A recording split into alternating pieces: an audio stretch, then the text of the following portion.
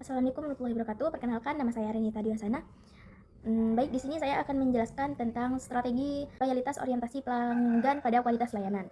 Yang dimana perusahaan paradigma bisnis dari transaksional ke relasional menjadi loyalitas pelanggan sebagai aset strategis dalam persaingan bisnis modern. Dalam kondisi pasar yang kompetitif, kualitas layanan menjadi faktor utama keberlangsungan organisasi.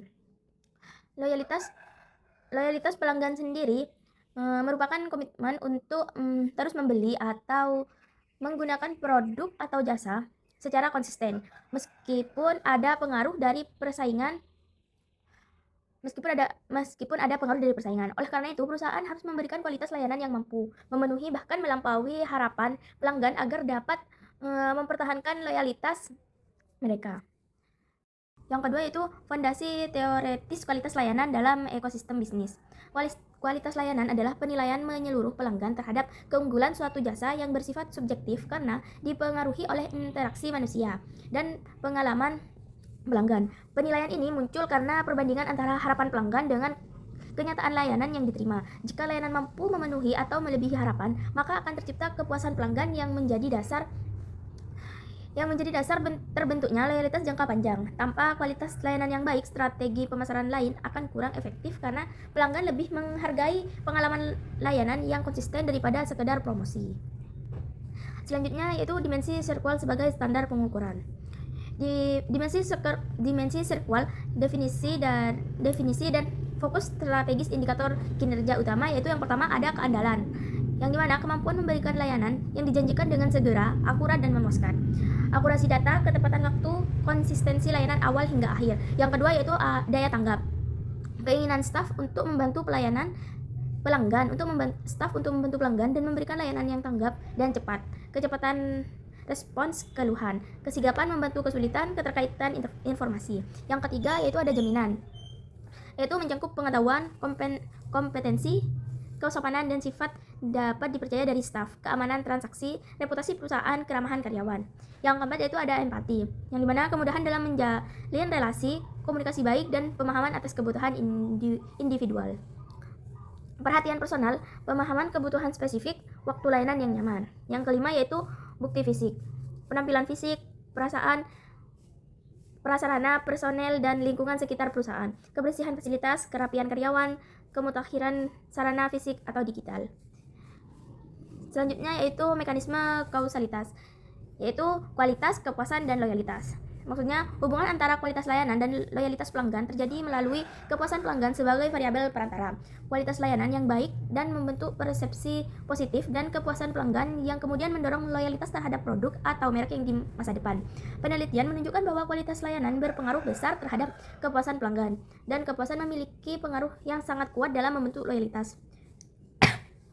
Oleh karena itu, kualitas layanan tidak langsung menciptakan loyalitas, tetapi harus melalui kepuasan pelanggan terlebih dahulu agar loyalitas dapat terbentuk secara berkelanjutan.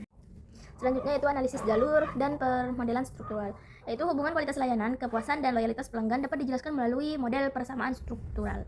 Dalam model ini, kualitas layanan atau X1 yaitu berpengaruh positif terhadap kepuasan pelanggan, itu Z, dan kepuasan kemudian berpengaruh positif terhadap loyalitas pelanggan, dimana disebut Y. Koefisien penelitian menunjukkan bahwa kualitas layanan meningkatkan kepuasan, dan kepuasan memiliki pengaruh kuat dalam membentuk loyalitas. Hal ini berarti meningkatkan kualitas layanan akan memperkuat loyalitas pelanggan melalui peningkatan kepuasan terlebih dahulu, sehingga jalur melalui kepuasan memberikan dampak yang lebih besar terhadap loyalitas jangka panjang.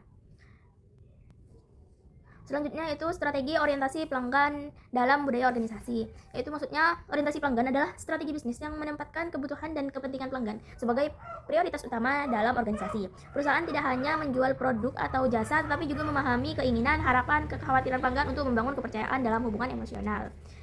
Penerapan orientasi pelanggan memerlukan budaya organisasi yang berfokus pada pelanggan, customer centric culture, yang diterapkan oleh seluruh anggota perusahaan. Hal ini dimulai dari visi yang jelas tentang pentingnya pelanggan dan komunikasi yang konsisten, sehingga setiap keputusan bisnis selalu mempertimbangkan kepentingan pelanggan. Selanjutnya yaitu metode dan tindakan orientasi pelanggan. Untuk menerapkan orientasi pelanggan, perusahaan perlu menggunakan strategi operasional yang sistematis, seperti mengukur kepuasan pelanggan melalui servis untuk mengetahui tingkat kepuasan dan area yang perlu diperbaiki.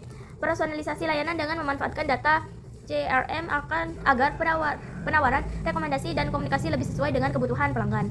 Optimalisasi dukungan multi-channel seperti telepon, email, chat, dan media sosial agar pelanggan lebih cepat dan konsisten.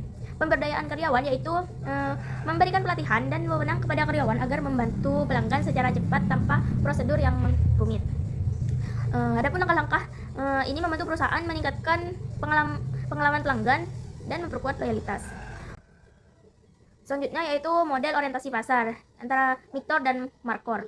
Dalam manajemen strategis, orientasi pelanggan dibahas dalam konsep orientasi pasar. Dua model utama yang sering digunakan adalah Victor atau Nerver dan Slater, dan Markor atau Ahli dan Jaworski.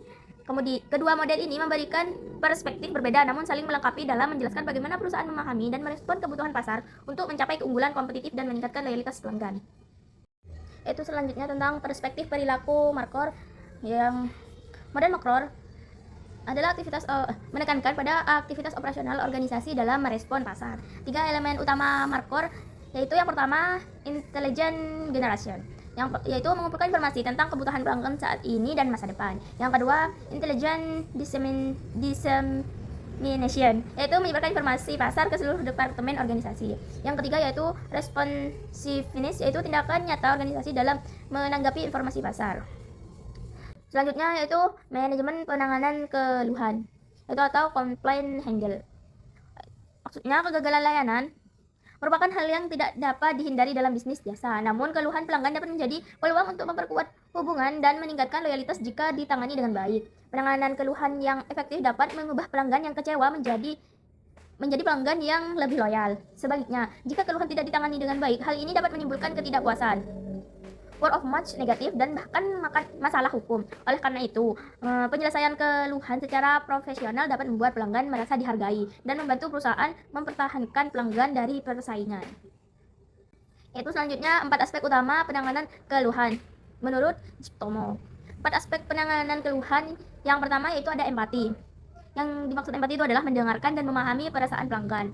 Yang kedua, kecepatan respon, yaitu menangani keluhan dengan cepat agar pelanggan tidak semakin kecewa. Yang ketiga, keadilan solusi, yaitu memberikan solusi atau kompensasi yang adil. Yang terakhir yaitu kemudahan akses, yaitu adalah menyediakan berbagai saluran untuk menyampaikan keluhan. Yaitu selanjutnya langkah strategi penanganan keluhan. Yang pertama, mendengarkan keluhan dengan cermat. Yang kedua, mengucapkan terima kasih kepada pelanggan. Yang ketiga, meminta maaf secara tulus. Yang keempat, menetapkan batas waktu penyelesaian masalah. Yang kelima, memberikan informasi perkembangan penyelesaian. Hasilnya, penanganan keluhan yang baik dapat memulihkan kepercayaan, meningkatkan kepuasan, dan memperkuat loyalitas pelanggan. Selanjutnya yaitu digitalisasi dan personalisasi masa depan loyalitas. Transformasi digital melalui big data dan artificial intelligence atau AI memungkinkan perusahaan memberikan layanan yang lebih personal, cepat, dan efisien. Teknologi ini menjadi faktor penting dalam meningkatkan loyalitas pelanggan karena membantu perusahaan dapat berorientasi pada pelanggan meskipun melayani dalam skala besar. Selanjutnya, implementasi omnichannel data di Indonesia. Strategi omnichannel mengintegrasikan sebagai saluran online dan offline untuk menciptakan pengalaman belanja yang mulus dan terhubung bagi pelanggan. Pelanggan dapat berpindah dari aplikasi, toko fisik, hingga media sosial tanpa hambatan. Contohnya, perusahaan seperti Telkomsel yang menggabungkan berbagai platform layanan untuk memudahkan transaksi dan bantuan pelanggan. Dengan personalisasi berbasis data, perusahaan dapat memberikan rekomendasi dan promosi yang sesuai dengan kebutuhan setiap pelanggan. Selanjutnya yaitu peran AI dan big data pada platform e-commerce. Transformasi digital dengan teknologi big data dan AI membantu perusahaan memberikan layanan yang lebih personal, cepat, dan efisien. Teknologi ini menjadi faktor penting dalam meningkatkan loyalitas pelanggan karena memungkinkan perusahaan tetap fokus dan pada kebutuhan pelanggan meskipun melayani dalam jumlah besar. Selanjutnya studi kasus industri, yaitu keunggulan layanan di Indonesia. Yang pertama yaitu ada Bank Sentral Asia atau BCA, fokus pada service, excellence, dan customer engagement, yaitu keberhasilan BCA didorong oleh berbagai faktor kunci. Yang pertama, pelayanan karyawan ramah, sapa, senyum, keramahan. Yang kedua, aplikasi BCA mobile yang mudah diefisien meningkatkan loyalitas nasabah. Yang ketiga, yaitu komunikasi transparan dan akses bantuan mudah melalui berbagai saluran. Contoh yang kedua yaitu Gojek, yaitu menggabungkan teknologi dengan kualitas layanan. Aplikasi mudah digunakan dan direspon driver, cepat meningkatkan kepuasan pelanggan. Memiliki ekosistem layanan luas seperti GoPay dan GoFood yang membuat pengguna lebih loyal. Yang ketiga yaitu Shopee, menggunakan big data dan AI untuk personalisasi layanan, memberikan rekomendasi produk dan promosi sesuai perilaku pengguna.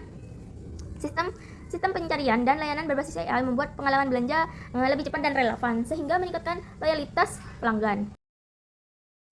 Kesimpulan strategis dan implikasi masa depan, yaitu strategi loyalitas pelanggan melalui kualitas layanan merupakan pendekatan menyeluruh yang melibatkan budaya organisasi, proses operasional, dan teknologi. Keberhasilan membangun loyalitas ditentukan oleh beberapa hal utama, yaitu keandalan layanan, kepuasan pelanggan sebagai perantara menuju loyalitas, serta budaya organisasi yang berorientasi pada pelanggan melalui koordinasi antar fungsi. Selain itu, penanganan keluhan yang efektif dapat menjadi peluang untuk mempertahankan pelanggan. Di masa depan, perusahaan perlu memanfaatkan teknologi digital seperti AI dan omnichannel serta tetap menggabungkan dengan empati manusia untuk menciptakan pengalaman layanan yang memuaskan dan berkesan bagi pelanggan. Mungkin hanya itu yang bisa saya sampaikan, kurang dan lebihnya mohon maaf. Wassalamualaikum warahmatullahi wabarakatuh.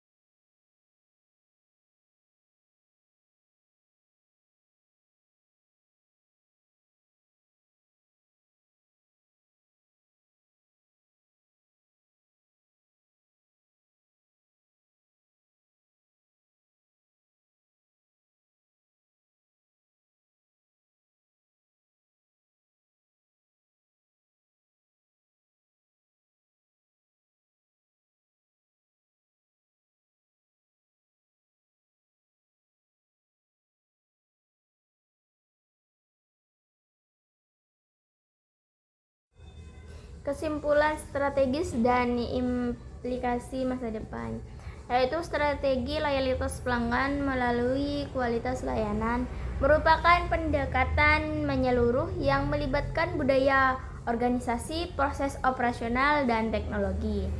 Keberhasilan membangun loyalitas ditentukan oleh beberapa hal utama, yaitu keandalan layanan, kepuasan pelanggan sebagai perantara menuju loyalitas, serta budaya organisasi yang berorientasi pada pelanggan melalui koordinasi antar fungsi. Selain itu, penanganan keluhan yang efektif dapat menjadi peluang untuk mempertahankan pelanggan. Di masa depan, perusahaan perlu memanfaatkan teknologi digital seperti AI dan omnichannel serta tetap menggabungkan dengan empati manusia untuk menciptakan pengalaman layanan yang memuaskan dan berkesan bagi pelanggan. Mungkin hanya itu yang bisa saya sampaikan, kurang dan lebihnya mohon maaf. Wassalamualaikum warahmatullahi wabarakatuh.